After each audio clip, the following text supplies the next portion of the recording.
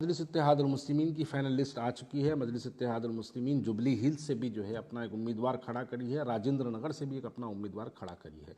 क्या हैदराबाद के मुसलमानों को इस बार ये बात को समझना ज़रूरी है कि हमको अजहरुद्दीन को हराना ज़रूरी है या राजा सिंह मलून को हराना ज़रूरी है?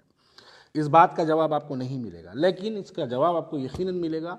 हिकमत अमली समझो कुल हिंद मजलिस इत्तेहादुल मुस्लिमीन की हिकमत अमली के नाम पे मुसलमानों के जज्बात से जो है हमेशा खेला जाता है। जहाँ पर 2009 का जो स्टाइल था मलकपेट पे, जिस अंदाज में मलकपेट कॉन्स्टिट्यूंसी पे मजलिस इत्तेहादुल मुस्लिमीन ने अपना कब्जा गाड़ा, अपनी हुकूमत वहाँ पर जो कायम की, जो अब तक भी कंटिन्यू चल रही है, क्या हम उस अंदाज में गोशा महल नहीं लड़ सकते थे? इसका जवाब आपको नहीं मिलेगा, कोई भी इसका जवाब नहीं देगा। वो मलून दिन बर दिन सरकार की शान में गुस्ताखी करता है, हम मुसलमानों के दिलों को ठेस पहुंचाने वाले बयानात देता है, और मेरी जमात कुल हिंद मजलिस इत्तेहादुल मुस्लिमीन के पास ऐसा कोई प्लान, ऐसा कोई मंसूबा नहीं है कि उस मलून को हराया जाए। क्योंकि ये तमाम लोग जानते हैं कि मैं कांग्रेस से जब मजलिस इत्तेहादुल मुस्लिमीन में दोबारा शमूलियत इख्तियार किया था, जब बैरिस्टर असदुद्दीन ओवैसी साहब ने ये बात को हमको कहा था कि आइए भारतीय जनता पार्टी को हराने के लिए आप हमारा साथ दीजिए। शायद लोगों को याद नहीं है, लेकिन हैदराबाद के लोगों का हाफिज़ा भी बड़ा कमज़ोर होता है। उस वक्त भारतीय जनता पार्टी एक बहुत बड़े पैमाने पर म्युनिसिपल इलेक्शंस के अंदर जो है वो काम कर रही थी, जिसके नतायज भी आपके सामने हैं। उनके पास 40 से ज़्यादा कॉरपोरेटर्स उनके कामयाब हुए। उस वजह से हमने भारतीय जनता पार्टी के बढ़ते हुए अज़ाइम को रोकने के लिए हमने यकीनन मजलिस इत्तेहादुल मुस्लिमीन का साथ दिया। अब यहाँ पर सवाल ये पैदा होता है कि आप बिहार जाकर वहाँ पर 100 सीटें लड़ाते हैं, जहाँ पर आपकी कोई शाख नहीं है। गोशा महल में आपके 2 कॉरपोरेटर, जहाँ पर आपकी कोई शाख नहीं है। उत्तर प्रदेश जाके आप वहाँ पर 100 से ज़्यादा सीटें लड़ाते हैं। गोशा महल हैदराबाद पार्लियामेंट्री कॉन्स्टिट्यूंसी में आता है, जहाँ के एमपी खुद असदुद्दीन ओवैसी साहब है, और जो हर इंतखाबात में जब जब इलेक्शन होते हैं, पार्लियामेंट के जब भी इलेक्शन होते हैं, असदुद्दीन ओवैसी साहब वहाँ से 30-30 हज़ार, 40-40 हज़ार वोट जो है असदुद्दीन ओवैसी साहब वहाँ से हासिल करते हैं। क्या मजलिस इत्तेहादुल मुस्लिमीन जहाँ पर 40 हज़ार वोट हासिल करती है, जहाँ पर उनके 2 कॉरपोरेटर मौजूद है, जहाँ पर उनके इफ्तदाई के सदर मोहतमदीन मौजूद है, जहाँ पर उनकी एक बड़ी तादाद में, जहाँ पर जो है उनके एक 80 हज़ार से ज़्यादा मुसलमान वोटर्स जहाँ पर मौजूद है, क्या मुसलमान वहाँ पर अपना कैंडिडेट मजलिस इत्तेहादुल मुस्लिमीन नहीं खड़ाती?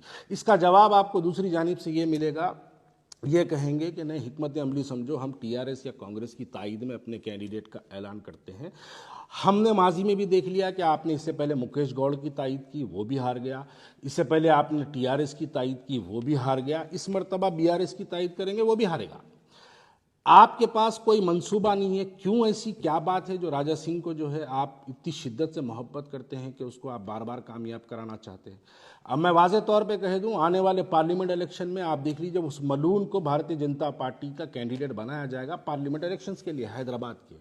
जैसे ही वो कैंडिडेट बनेगा, ये तमाम जितनी शिकायतें हैं आपके मेरे जैसे लोगों को, जितने भी लोगों को जो है नाराज़गियाँ हैं, ये तमाम नाराज़गियों को बुलाया जाएगा और फौरी इस मलून को ला के आपके सामने खड़ा कर दिया जाएगा। हैदराबाद के मुसलमान जज्बाती नारे लगाते हुए निकलेंगे अपने मकानों से, भारी अक्सरियत से मजलिस इत्तेहादुल मुस्लिमीन को कामयाब कर दी। इस वजह से मजलिस इत्तेहादुल मुस्लिमीन हमेशा एक ऐसे फ़िरका परस्त चेहरे को हैदराबाद के अंदर सियासी तौर पर ज़िंदा रखती है। आप अगर उसकी तारीख देखेंगे तो वो बदमबाल रेड्डी की शक्ल में कभी ज़िंदा रहा, कभी आले नरेंद्र की शक्ल में ज़िंदा रहा, कभी इस मलून की शक्ल में ज़िंदा रहा, कभी बंडारू दत्तात्रेय की शक्ल में ज़िंदा रहा, कभी किशन रेड्डी की शक्ल में जिंदा रहा।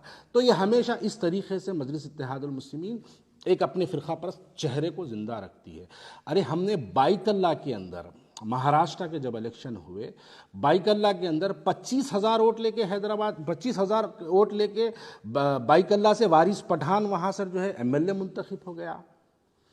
मलकपेट को जब आप देखेंगे, मलकपेट के अंदर 30 हज़ार वोट लेके अहमद बिन अब्दुल्ला बलाला पहली मरतबा एमएलए बन गए। जाहिर सी बात है, बनने के बाद अपनी कारकर्दगी करेंगे, वहाँ पर मुसलमानों के वोटों की तादाद बढ़ाने का काम करेंगे। अरे हम लड़ेंगे ही नहीं तो हम जीतेंगे कहीं को? फिर वो काशीराम का नारा कहाँ गया बैरिस्टर असदुद्दीन ओवैसी साहब के कि पहली बार लड़ेंगे, दूसरी बार हराएंगे, तीसरी बार जीतेंगे? वो नारा क्या सिर्फ बिहार, उत्तर प्रदेश और महाराष्ट्र के लिए है? क्या वो नारा इनके लिए, गोशा महल के लिए नहीं बनता? ये बातें समझ के बाहर है। जब हम ऐसी सवाल करते हैं तो फौरी अब आगे मुनाफिकत का नारा लग जाता, फ़ौरन आगे लोग कहते हैं कि भाग गया, आप जमात छोड़ दिया, टिकट नहीं मिली। अरे मेरे को टिकट मिलो ना मिलो, अगर टिकट की मुझे ख्वाहिश होती तो मैं बैरिस्टर असदुद्दीन अवैसी से याकूतपुरा पूछता।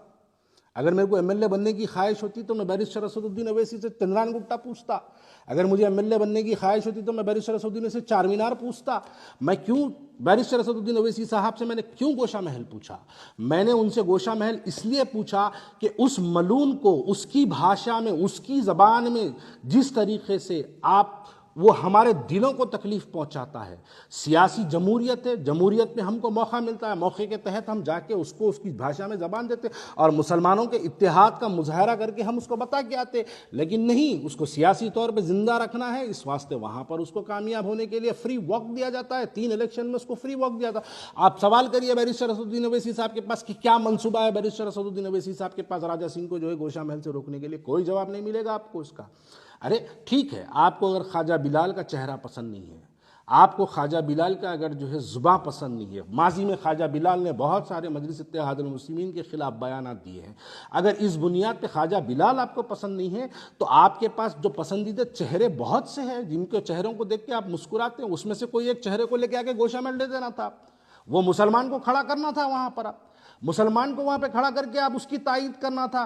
बीआरएस के जो आपके जो ताल्लुकात है, उस ताल्लुकात की बुनियाद पे बीआरएस से आप एक अच्छे से हिंदू कैंडिडेट को लाना था और उसको बोलना था कि तुम मुस्लिम बस्तियों में इंटर मत हो, हिंदू बस्तियों में जाओ, काम करो, उनके वोटों को आप पोलराइज कराना था, जैसा आप करते हैं, जैसा आप फिरोज खान के लिए करते हैं, जैसा मलक नामपल्ली के लिए आप करते हैं, जैसा मलकपेट के लिए आप करते हैं, जैसे याकूतपुरे के अंदर हिंदू वोटों को बाइफिकेट करने के लिए आप काम करते हैं, वैसे ही लेके जाके राजा सिंह के खिलाफ में आप टीआरएस से एक हिंदू कैंडिडेट को वहाँ पर डलाना था और केटीआर जो आपके मामू भांजे जो भी है, आप उनके जरिए उसको इंस्ट्रक्शंस पास करना था कि मुस्लिम बस्तियों में काम नहीं करना, मुसलमानों की 80% है, तुम जाओ हिंदू बस्तियों में काम करो।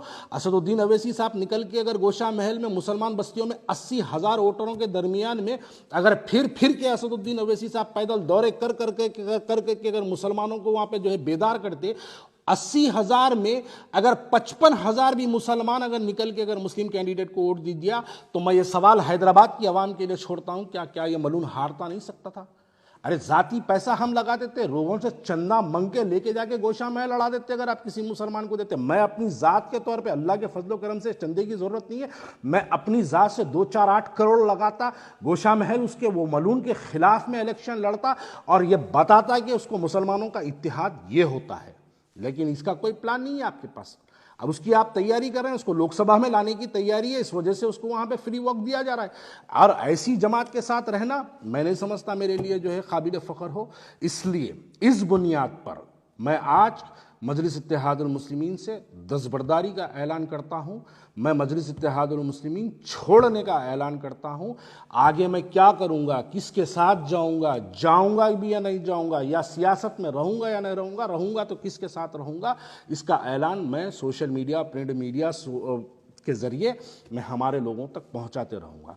लेकिन ये बात बिल्कुल हैदराबाद के मेरे जैसे मुसलमान के लिए नाकाबिल कबूल है कि क्यों नहीं हम गोशा महल में, जहाँ पर 80,000 मुसलमान हमारे हैं, क्यों नहीं हम वहाँ से मुसलमान के कैंडिडेट को खड़ा करते हैं? क्यों नहीं हम बीआरएस का इस्तेमाल करके, टीआरएस का इस्तेमाल करके हम क्यों नहीं वहाँ पर जो है हिंदू वोटों के अंदर जो है हम बाइफिकेट करने का काम करते और मुसलमानों में इत्तेहाद का नारा लगा के हम मुसलमानों को घरों से निकालते और इस मलून के खिलाफ मुसलमान एक तौर पर, मैं समझता हूं अगर हम मुसलमानों के अंदर अगर निकल के अगर जो है हम पैदल दौरे करते, उनके छोटे छोटे ग्रुप मिसिंग करते, तो घरों से चुमटियों की तरह मुसलमान निकल कर जो है पोलिंग के दिन अपने वोटों का मुजाहरा करते और ये मलून हारता। आप देखिए कोई पॉलिसी नहीं है मजलिस इत्तेहादुल मुस्लिमीन के पास। एक पॉलिसी बता दीजिए कि राजा सिंह को, मलून को हराने की एक पॉलिसी बता दीजिए।